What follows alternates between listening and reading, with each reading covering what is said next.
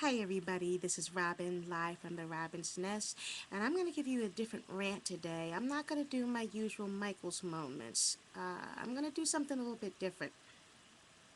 Today I want to talk to you about what seems to be like the real big rage of the past week or so, the remarks made by Mel Gibson. And I got a lot to say about it, but I'm going to do my best to always be brief, which I know is difficult. Okay, there were some things that happened with this that I really just don't understand. Okay, first and foremost, the tape itself. It sounds like the woman got a really good recording off of a telephone, which is very difficult. And I want to know, how was she able to get that recording? And did she use like some type of professional equipment? Because if she had used like a regular tape recorder or a mini cassette recorder, the sound would be very, very garbled.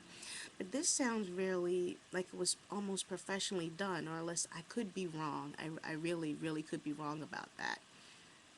But the thing that I don't get about her making this tape, now I can understand wanting to tape this because she wanted, proof of what he's like. But the thing that I don't get is I can understand wanting to have the proof and taking it to the media, I guess, but why didn't she go to the police first? I mean, if she really felt that she was threatened, I mean, if he really, really physically threatened her or said that he was going to, do something to her or whatever. What I don't understand is why didn't she go to the police? Why didn't she get some type of law enforcement in? That's like almost like the same thing that did happen with Michael Jackson. I don't understand.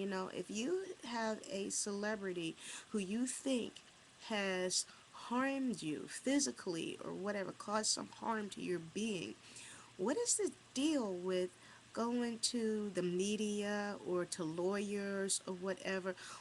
Wouldn't it be better to go to police first? Because my thing is, if you did, then that sounds, if you went to the police first, and that shows that you really are scared, you really are, scared about this person.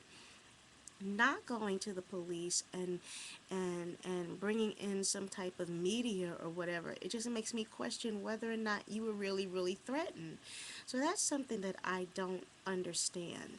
And it just seems kind of weird to me. Was she threatened or wasn't she? I don't know. About Mel himself, it is apparent, if this really is him, and it really does sound like it is him, it is apparent that he does have some type of issues. We've been through this before a couple of years ago, but last time he said that, it was the alcohol that made me do it. That old excuse. Well, now I don't think he has alcohol to back him up. I don't know. I don't know. I don't know if he was drinking or not at that particular time, but what I will say is this. I believe that both parties really do need help. And I am very sad and disappointed to learn, that Mel would behave like this, that he's still behaving like this, because I was a big fan of his when I was growing up. We watched all of his movies in my house growing up. And to hear him say these type of things, I find is a really big disappointment. But the one thing that I can do as a African American woman who is Catholic, since I know that he is Catholic too, is to find some room for forgiveness in my heart. I have to, because none of us are perfect. All of us have some type of sin on our back. He has his and I have mine. And you know, this is very disappointing because I do remember when we would read, articles about him when he was first becoming famous. He was called the Dish from Down Under because, he was from Australia. Well, technically he was born here in Jersey, but from Australia.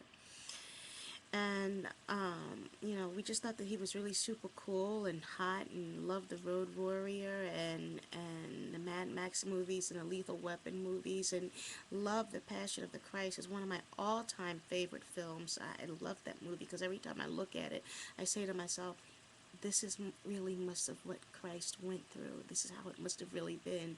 And this was all from Mel's vision. So to find out that he speaks this way is very disappointing, but I ask him, I implore him, if he is to see this video, I doubt that he will, but if he does see it, I ask Mr. Gibson to please to try to get help. Fight the demons that you have inside of you, and then come back to us clean and pure and ready to work again, and to keep making the wonderful movies that you made, because I really do like his films. I really, really do. And the same goes for the lady. I don't know how to pronounce her name, her last name, but I do know that her first name is Oksana.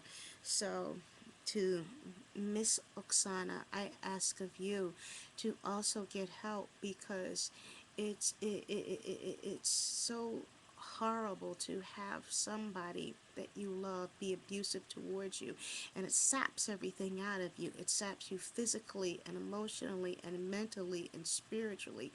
It takes everything away from you when you have somebody that you say you love and who's supposed to love you, but they're abusive towards you. So I urge the both of these people to really seriously get help. I don't know what's going to be in store for their relationship. Um, Reports are that he's going to go back to his wife, Robin, who spells her name just like I do, Robyn. But if that's what it's meant to be, then that's what it's meant to be. If she can find it in her heart to forgive him, then I bless her too. You know, that's all you can do. We all have our sins, and we just have to learn how to forgive. But another thing that really gets me about all of this stuff is the way is people's reactions towards it, because it is just like Jesus said, he who is without sin cast the first stone, and Jesus didn't have any sin, and even he didn't cast any stones. So why should we? you know I mean, really, really stop and think about it. You have people who are still using these words, and it needs to stop. It's 2010, people. We should have gotten over this by now. This is just skin pigment. It doesn't mean anything. What's inside of me is important. In my heart, in my mind, in my speech, in my soul. Those are the things that makes me me. That's what's important. Not this. This doesn't mean anything. So, the thing that really gets me is that there are people who are using these words, first of all, as a term of endearment, which it should damn sure not be. If we can't use these words as an insult, if we shouldn't use these words as an insult, then we shouldn't use them as a term of endearment either. Because there are people who's going to say, well, I don't understand. How come you can say it about yourself, but I can't say that? Well, that's a very good question, because nobody should be saying it. And then on top of all that, you have to look inside yourself, because how can you sit up there and say all this stuff about Mel Gibson, and here it is, you're doing the same thing?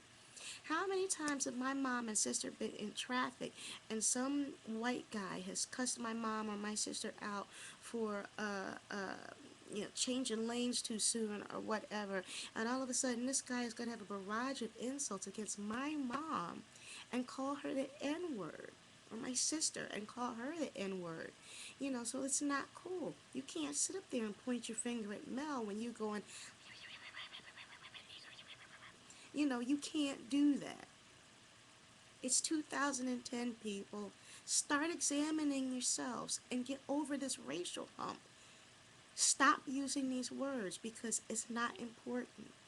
Race isn't important. It's what's in here that's important. And again, Mr. Gibson and Miss Oksana, please get help.